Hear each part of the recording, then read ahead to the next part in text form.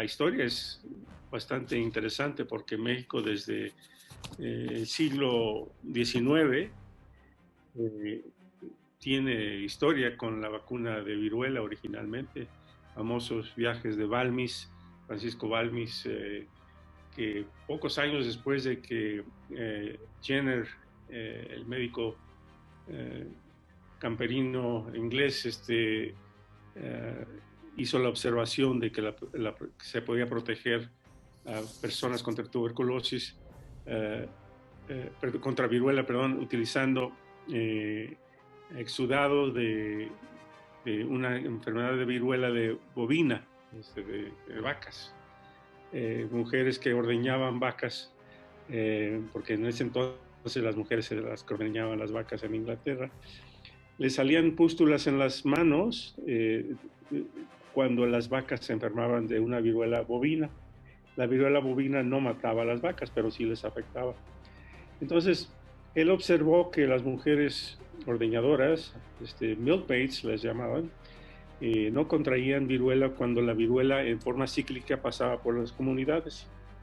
Entonces él, para no hacer el cuento muy largo, él hizo la observación de que aplicar exudado de las pústulas de esas personas, en ese caso fue a un niño, James Hughes, y luego desafortunadamente lo retó con viruela y no le dio viruela. Eso se tradujo realmente en la primera observación de que se podía proteger a una persona con un biológico donde se presumía que había un germen parecido al que ocasiona la enfermedad actual.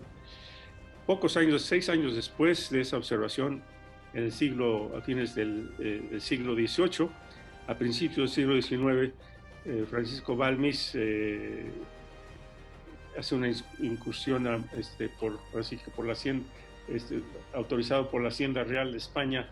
Hicieron una expedición denominada la Expedición Filantrópica a México, bueno, a Cuba, a México, Venezuela, y fue la primera ocasión que se vacunó.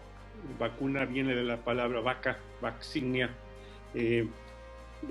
Se vacunó a personas en México.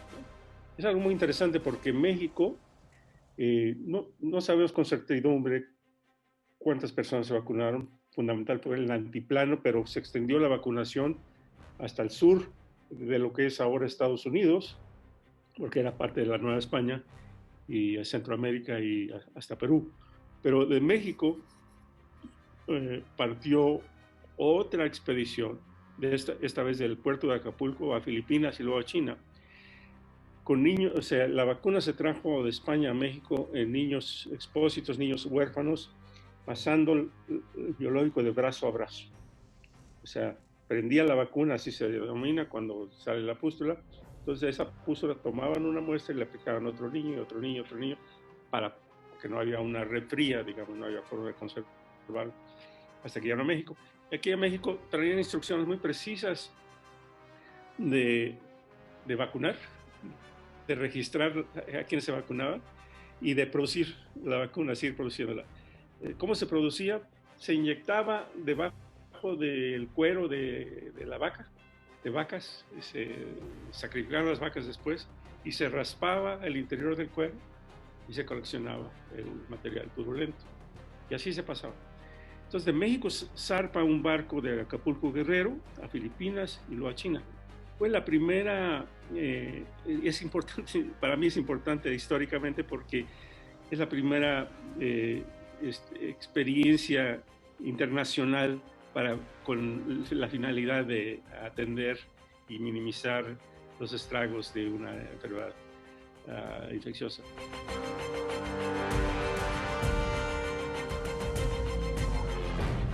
México, hasta el parteaguas con la creación de la paraestatal Biológicos y Reactivos de México, era autosuficiente en vacunas, pero hay que señalar que autosuficiencia correspondía a un esquema bastante limitado que desde 1973 se había establecido por la Organización Mundial de Salud, conocido como el Programa Ampliado de Inmunizaciones referido como el PAI.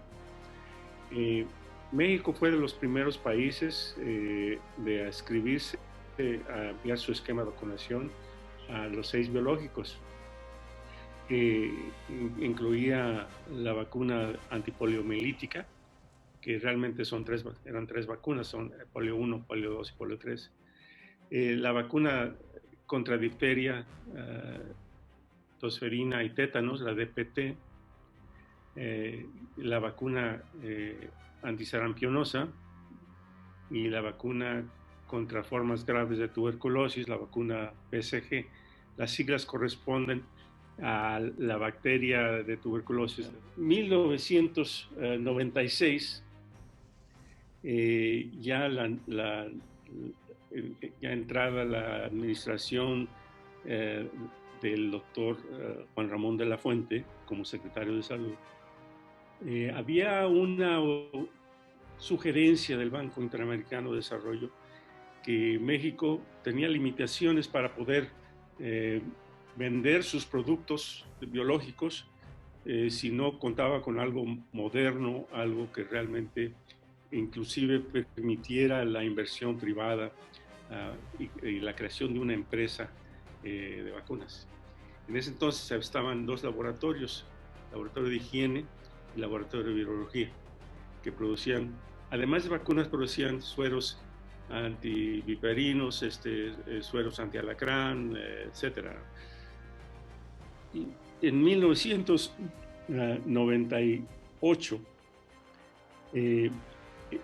y realmente a finales de los 90s, la industria farmacéutica productora de vacunas empezaba a despegar con nuevos biológicos y más que nada nuevas tecnologías para hacer biológicos.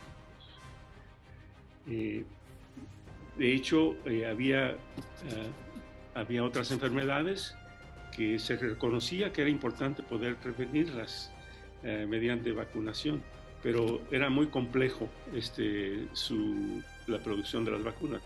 En el 96, que se plantea la creación de Birmex, finalmente esto se concluye en 1999.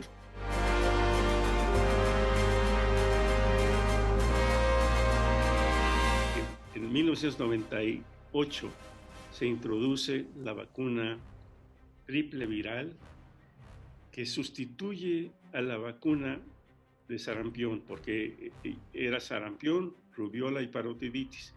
Entonces México amplía de 6 biológicos a 8 biológicos. Y en ese momento México deja de producir la vacuna. Tenía la tecnología para rubiola y no tenía la tecnología para parotiditis. Entonces es otro parteaguas. Y es cuando México deja de ser autosuficiente en la producción de vacunas. México todavía seguía produciendo la vacuna contra la polio. Entonces México introduce 2 biológicos nuevos. México está a la vanguardia en la región. Ya tiene 7, además de los 6 originales, ahora tiene 8. Y luego viene lo que te comentaba de Haemophilus influenza. Entonces pasamos de 6 a 8 a 10 en pocos años. Entonces México efectivamente estaba en la vanguardia en los esquemas de vacunación y teníamos sin duda en la región el esquema más completo.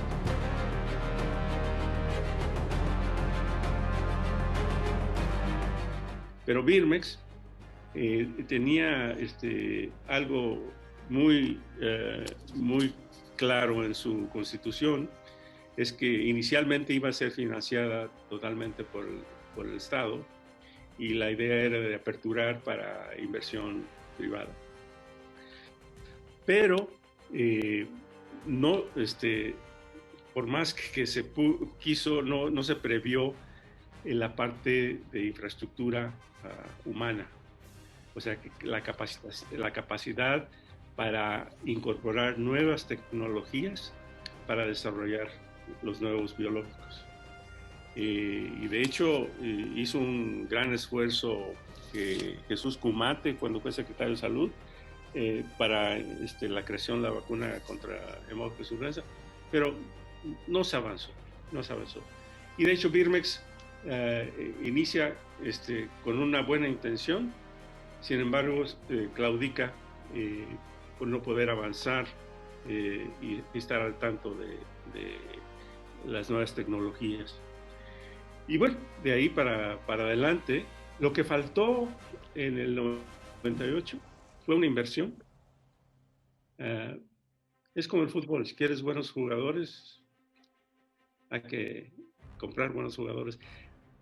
Hay talento en México, hay talento en ciencia, pero se requiere un plan estratégico. Entonces, el proyecto de crear un sistema nacional, un programa nacional de vacunas, como era la idea con Birmex, pues no ha prosperado. No hay una razón específica, hay muchas razones, y creo que lo que se requiere es invertir en personas, para que se adiestren, se capaciten, y luego asegurarles un lugar de empleo, remunerarlos de una forma suficiente como para su supervivencia y que realmente tengan la libertad de la investigación. No creo, no, nunca fue intencional, o sea que, pero como siempre se presentan retos inesperados en nuestro país. Yo creo que la idea fue una buena idea, pero que faltó la parte económica suficiente, porque Birmex siguió funcionando como paraestatal, pero acondicionando vacunas nada más, o sea,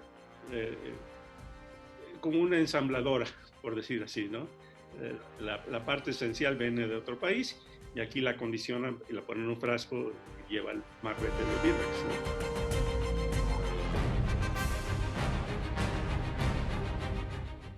Y actualmente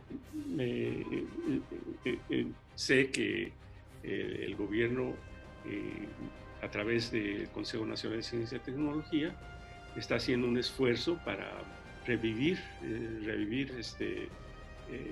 este proyecto de autosuficiencia en vacunas.